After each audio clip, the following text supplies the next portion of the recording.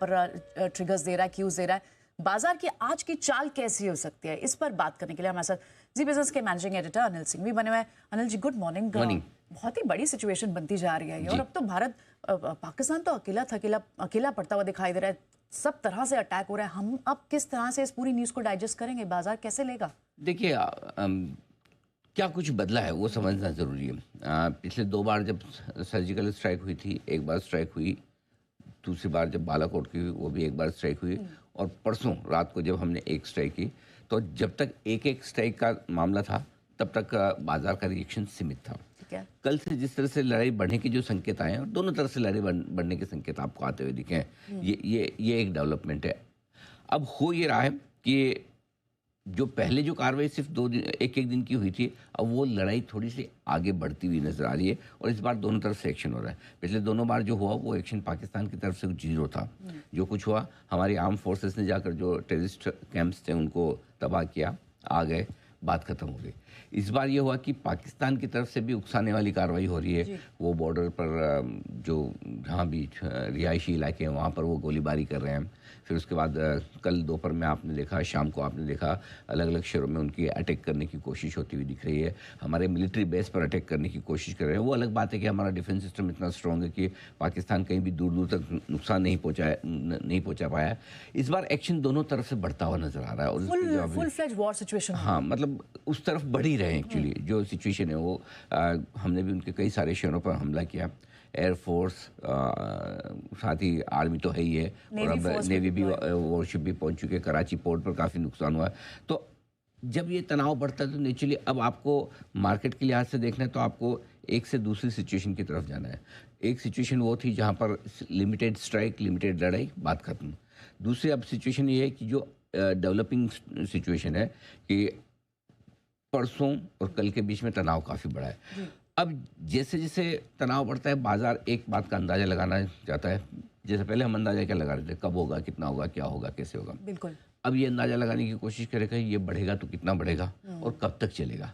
तो ये एक नई अनसर्टेनिटी थोड़ी सी पैदा हुई है, वो बाजार को हल्का सा प्रेशर में रख रही है। तो अगर आप गिफ्ट निफ्टी 300 पॉइंट नीचे देख रहे हैं तो वो थोड़ा वजह वही है, और बाजार को लग सकता है कि जिस तरह से डेवलपमेंट हुआ है थोड़ा लंबा चल सकता है। ये मेंटेलिटी बनेगी।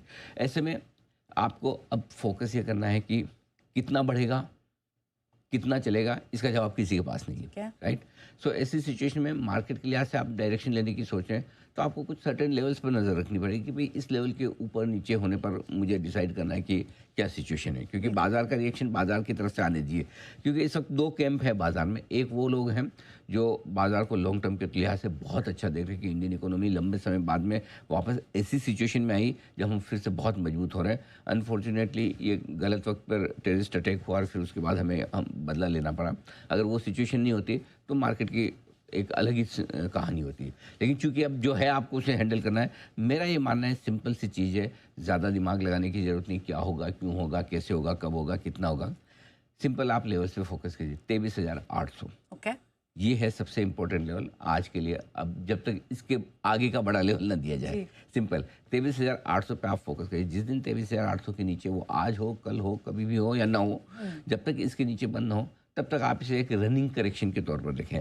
2-3% का करेक्शन बाजार में कभी भी किसी भी वक्त और बिना वजह भी आ सकता है, लेकिन बड़ा करेक्शन या बड़ी दिक्कत बाजार को तब दिखेगी जब 23,800 ये लेवल टू, यानी कि कितना हो गया, आप 500 पॉइंट, 2% का करीबन आप 2-2.5% का करेक्शन मान लीजिए, वो आपको फोकस में रखना चाहिए। सो सिंपल ये स्ट्रेटेजी आपकी मतलब अगले कुछ दिनों के लिए आज से हो सकती है। जब तक आप 23,800 के नीचे बंद नहीं हो रहे हैं तब तक कोई रिस्क नहीं है। ठीक है, जो 23,800 बहुत बड़ा सपोर्ट हो सकता है। जो गिफ्ट निफ्टी भी हमें 300-350 पॉइंट दिखा रहा है, और इसकी भी मैं इंपॉर्टेंस बता दूं प्रियंका, क्योंकि क्या है 3 बार ऐसा हुआ है कि 23,800 ने या तो उसके टूटने पर बड़ी गिरावट का रास्ता खोला है या उसके ऊपर निकलने पर बड़ी मजबूती का रास्ता खोला है। सो इसलिए ये लेवल अब 5-50 पॉइंट ऊपर नीचे हो सकते हैं, वो अपनी जगह है, वो एक अलग चीज़ हो सकती है। लेकिन ब्रॉडली अगर आप आजकल का डायरेक्शन नहीं ले रहे हैं तो फिर आपके लिए इंपॉर्टेंट है। आजकल का भी अगर आपका डायरेक्शन है तो मैं आपको लेवल दे देता हूँ निफ्टी और बैंक निफ्टी के। आज के लिए 23,800, 23,900 बेहद मजबूत सपोर्ट है। अज्यूमिंग कि आप 24,000 के आसपास पहुंचे और उसको तोड़ें। अगर 24,000 ना तोड़ते तब तो उसकी ज़रूरत ही नहीं है, लेकिन 23,800, 23,900 आपके लिए सपोर्ट का काम कर लेगा। ऊपर की तरफ आपके लिए 24,150 और 24,300 की रेंज है जो रुकावट के तौर पर रहेगी। बैंक निफ्टी का जहाँ तक सवाल है, बैंक निफ्टी 54,000 के नीचे कमज़ोर होना शुरू करता है, तो अब 53,400 53,600 बैंक निफ्टी के लिए इमीडिएट सपोर्ट रेंज के तौर पर रहेगा। और ऊपर की तरफ 54,100 से 54,375 की रेंज है। हो सकता है बैंक निफ्टी थोड़ा कमज़ोर होने में आगे लीडरशिप ले, और उसके बाद 53,075 से लेकर 53,225 की रेंज है, वहाँ तक भी जाने की कोशिश कर सकता है। सो मेरा ये समझना है 2 से 3% की इंडेक्स में कमजोरी के लिए तैयार रहना चाहिए। दिक्कत क्या है?